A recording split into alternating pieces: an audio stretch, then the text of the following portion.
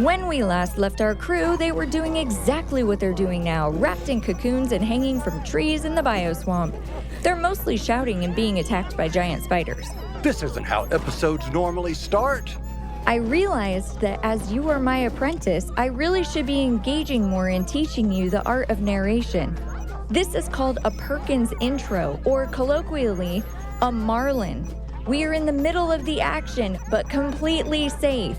Oh, gotcha. What's the intro called if you're not safe? Jim. That makes sense. For listeners, we started footnoting the more obscure references in the transcripts. You can find them at oz-9.com. Wow. Super subtle plug for the website. Meanwhile... You can only detect you.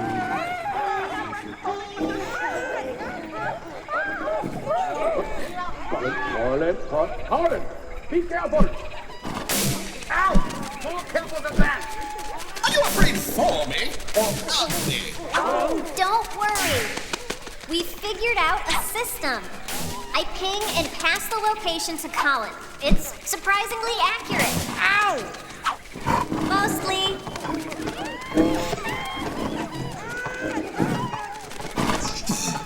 Hang on. We'll get you out of those cocoons. Please use scissors. Well, then cut me out first. I'm okay with the laser eyes. Oh, hey, I hear more spiders coming. Joe's right. More are on the way. There are a lot of legs in here. If you're not actively being attacked, shut up!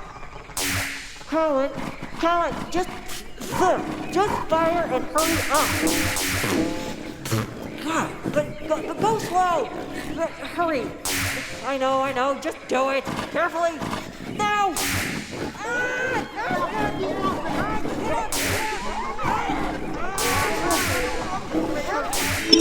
Stop the spiders! No can do, Olivia Reno. But don't worry, Colin will get the crew out of those cocoons. In pieces, probably, but, ow. How are you controlling them?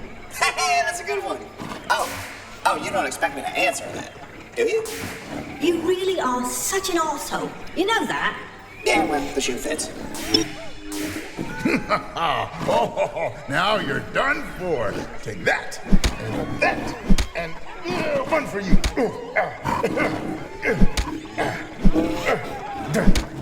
Dr. Phil, is that you? What the actual hell are you doing? I brought my novel. Name one thing more frightening to a spider than a big book. Ha ha. Right?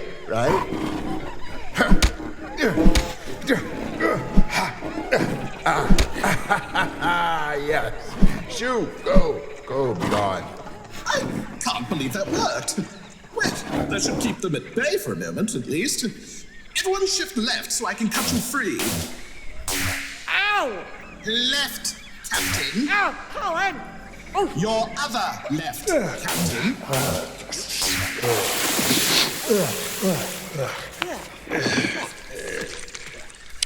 Ew. Singed silk stinks. Oh, jeez. Is that what we're smelling? Oh, phoo-wee. The phrase more aromatic Tasmanian devils. Whatever for? Sell them to Warner Brothers, obviously. Hello. I have questions. No, sweetie. Right now you can help us deep freeze the big hairy monsters.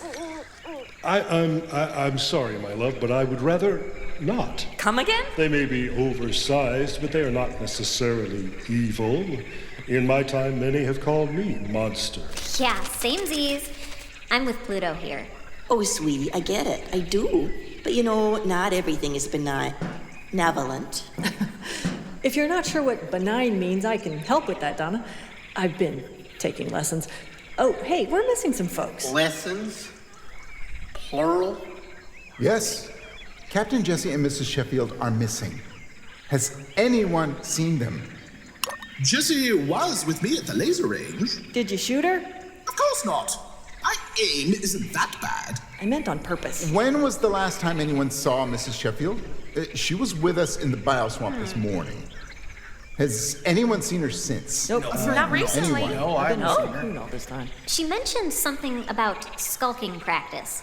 Maybe she's doing that now. Clara? Clara, if you are still skulking, you've done very well, but it's time to come out now. Clara! My little Kartoffelpuffer. Clara? All right, everybody, let's spread out and search. But no one goes alone. Colin and Pippi, stay high and keep an eye out. Wait, laser eyes or no? Now that there's no immediate danger, maybe we try diplomacy. Pippi, Pluto, I get your live and let die philosophy, but... That's a James Bond movie, not a philosophy. Okay. But if a spider goes after any member of this crew... I'm an assassin, Captain. We'll fry them where they stand. Arachnids on ice, without hesitation, Captain, I assure you. Good. Okay, now, what can the rest of us use against them, those of us who don't have laser eyes or freeze rays? I have my book, which I'm increasingly realizing is less valuable for its nuanced dialogue. Perhaps later, my love. Yes. Sorry. We really don't know what will work against them because we don't know what they are. I mean, yes, they're spiders, but I think they're common giant house spiders. Whoa, you're saying these are common? Common giant house spiders.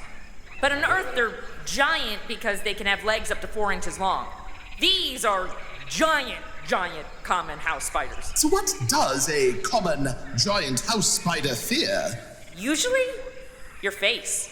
I mean, you walking into its web. Do they put prey to sleep? Isn't that what happened to us? Dr. Theo is correct. The spider, irritated... Hey, family friendly. It means burped, Captain. I know that. I was just concerned people might be eating. Ja, the spider. She burped in our faces and poof, down we go. And then it was the hallucination. I don't mind saying, I was tripping balls. You had a hallucination? Did anyone else? Yes. I remember you saying your mother was with us, but I didn't see her. Well, she was very teensy, which is odd, since my mother was actually very Wagnerian, so to speak. Giant house spiders build webs, right? They don't gas their prey. Correct. Is this identification good news? Maybe. Common house spiders aren't venomous. Well, that's promising. So, Jesus! we were splitting up to find Jesse and Mrs. S. Oh, right. Okay. Guys, they're coming back. Colin, Pippi, let's fly. As long as they don't attack, just aim to herd them away from us, okay? Yes. Thank you, Captain. Theo, get that book handy. I'm ready. Julie, Greg, how about you and I split up into pairs and see if we can find Mrs. S and Jesse? Pairs with 3 people. 4. Jesus! Guys, I never left. I knew there was someone else. Julie, you're with me. Let's go. All right. Move! We gotta go. Felonious! Whatever is that noise? Relax, Tiberius. It's just the usual life or death chaos aboard the Rs-9. Well, for the love of peace, sanity, and my mid-afternoon beauty sleep, turn it off! Really? Yes. I would have assumed you'd be eager to hear the melodious sounds of the crew being messily devoured. Well, since you put it so nicely. Whatever is happening to them? Giant spiders. Ha! I think this memory foam has abandonment issues. Well, damn! Each leg is as thick as Felonious here's fat head. Did we do that? Not intentionally, but I assume the toxic goo we loaded into the 9 will figure largely into their origin story. Toxic goo, say? Are you saying that goo could be used to build an army of giant soldiers? Asking for a friend. The hell you are, Taekwondo. Now you listen up. No more evil plans. Evil plans is what I do best. What's going to happen? Never We're mind. going to steal all the Oz-9's terraforming tech and flip everyone aboard. We're going to get ourselves on down to Gallifabinoid. Yeah, that's right, Gallifabinoid. We're going to wipe out the resident species, then we're going to turn that planet into a sweet, Southers-loving, body-hugging, exotic, oil-rubbing paradise so I can commence living happily ever goddamn after. Let me understand you. Shoving thousands of people to their deaths out an airlock, then clearing a planet of all existing life so you can rebuild it for your own purposes doesn't constitute an evil plan. are we gonna squabble over vocabulary, or are we gonna get out from under the Oz 9 before it takes a lethal dump on our heads? That lethal dump could be the key to me taking control of this entire galaxy. I mean us, of course. I ran a major conglomerate on Earth, and that was 65 blinding headaches before breakfast. Now you want to run an entire galaxy? Okay, Ming the superfluous. Yes. But of course the difference is, I'll do it right. Oh, well, is that what the difference is?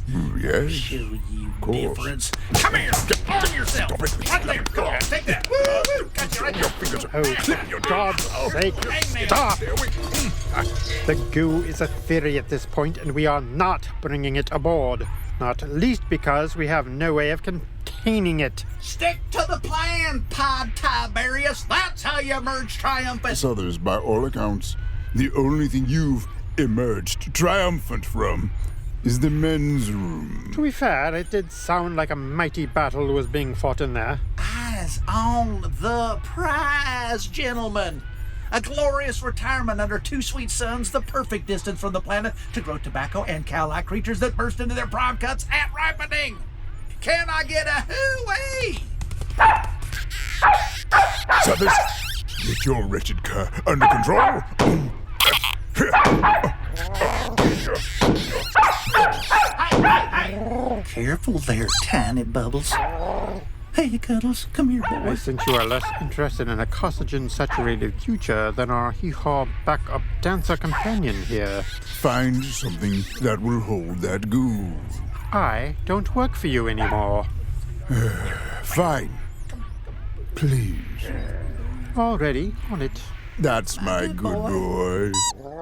Just a quick note for anyone like me who immediately tenses up when a dog appears in a potentially dangerous situation.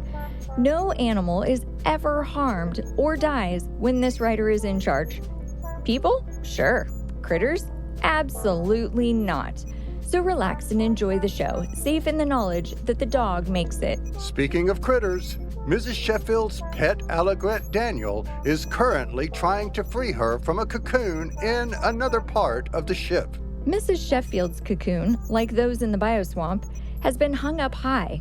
Unlike the others, she's not hanging from a tree, but rather a pile of old junk, and every move takes her closer to bringing the whole stack down. Good filly, Daniel. Just keep at it. Finally, those pointy little teeth are useful for something besides nipping at my ears, eh? Upset Colin. Oh, well done, my sweet alligator. My right shoulder's free. Now, perhaps you could work on freeing something more useful. Oh dear, Daniel. Now I know your poor teeth are starting to stick together, but could we accelerate this somewhat before this pile falls into, well, me with it? Yes, I do sense a great deal of distance between me and the ground. So,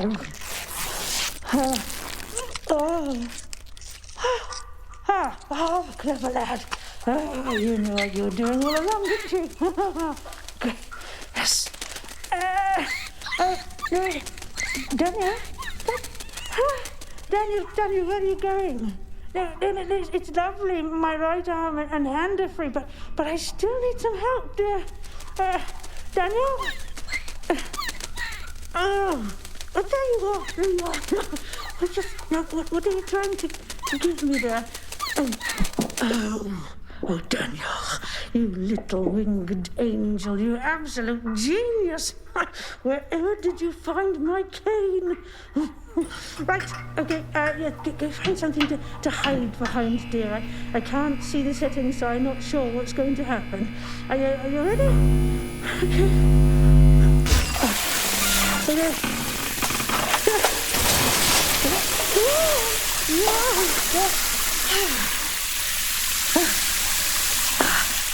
Okay.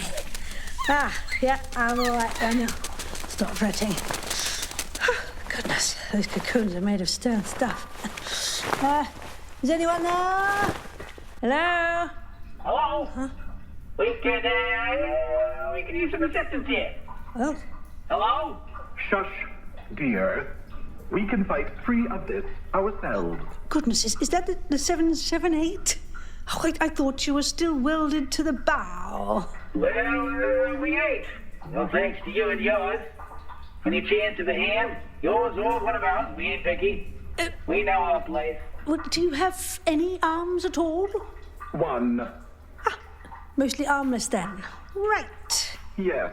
It is currently stuck to our side and useless, thanks to us being cocooned. Perhaps, since you are now aware of our predicament, you might proffer some assistance. Listen to my tater like the sweet sounding gears slotting into their proper places, ain't it? If you say so. Oh, one moment.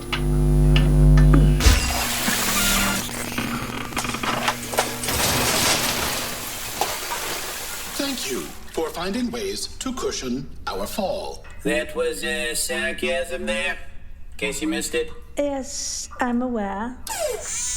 Where are we? Yeah, well, on cursory glance, we appear to be in a room full of outdated educational equipment.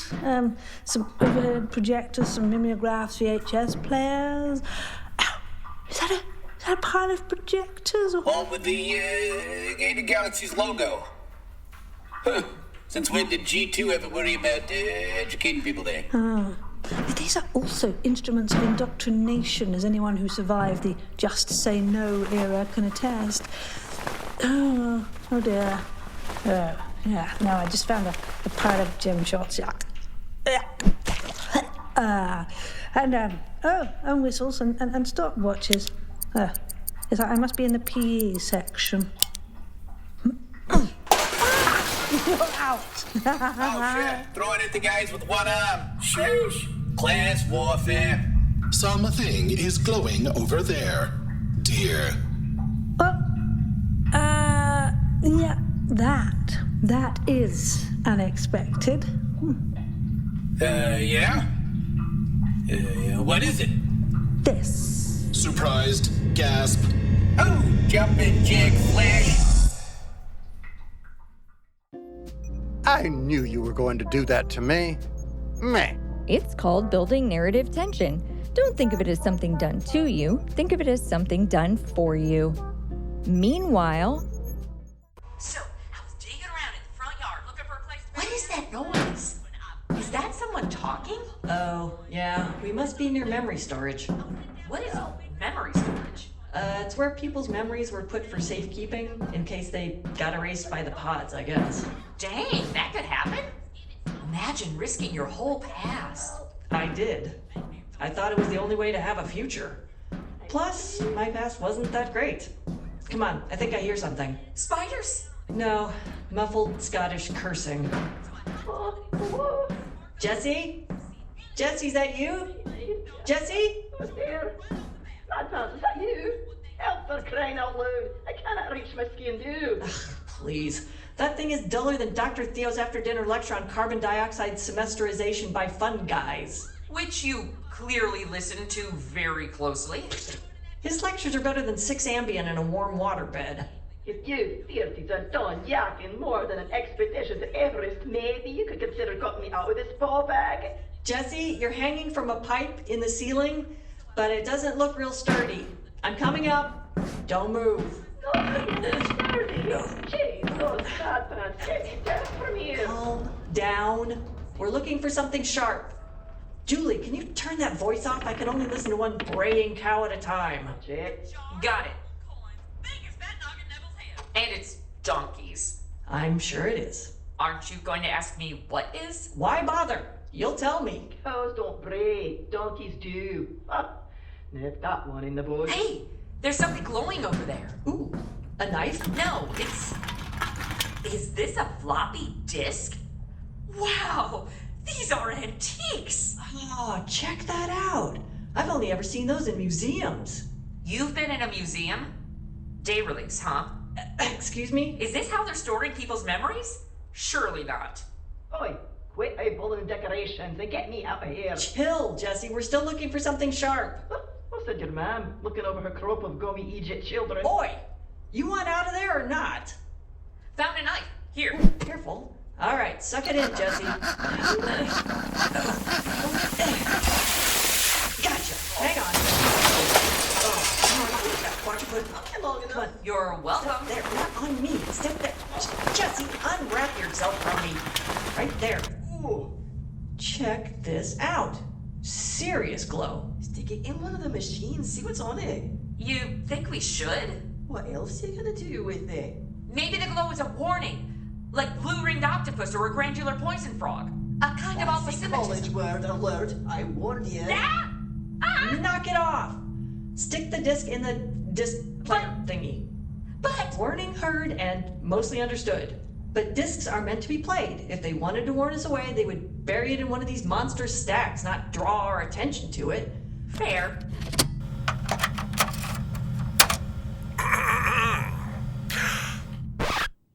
Wow, would you look at the time? You're pure evil. Soon, Grasshopper, you will understand the importance of a cliffhanger. I think 2 per script is excessive. Credits. Fine. You've been listening to Chrisi, Talyn, Saje as Julie and Vera, Eric Perry as Dr. Von Habesetzer, Southers, Howard, and Joe, Tim Sherburn as Colin and Emily, Sarah Ray Warner as Pipistrel, Shannon Perry as Madeline and Olivia, Pete Berry as Bob, Kevin Hall as Greg and Felonius, David Astier as Dr. Theo Brome, and Tiberius, Lee Shackelford as Pluto, Bonnie Brantley as Jesse and Donna, Sarah Golding as Mrs. Sheffield.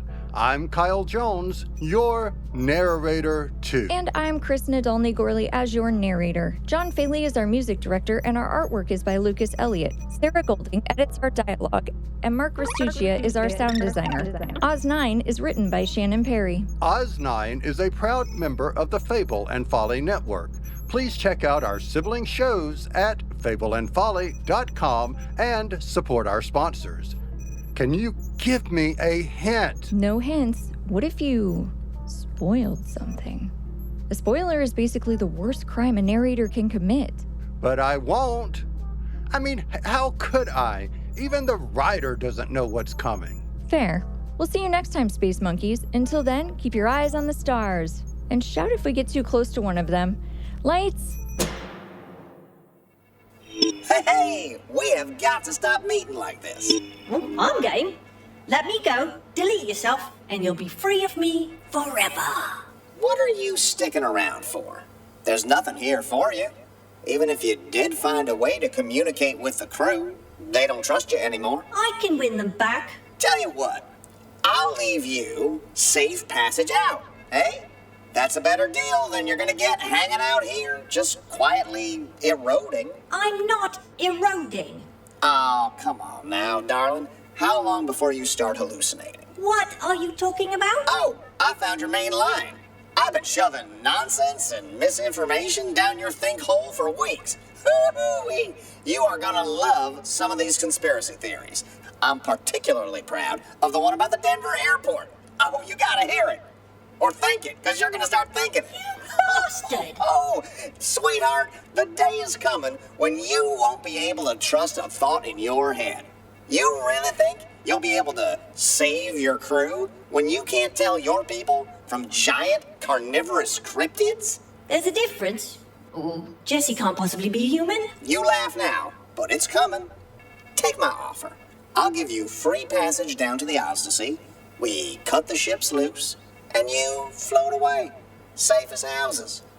Come on, what do you say? I say you're offering this because you know I have a blast-proof bolt hole to the Ozdasy anytime I need it. You know I'll find it eventually. Sure you will. Until then, I think you can sit and spin, my lovely. Sanity is overrated anyway.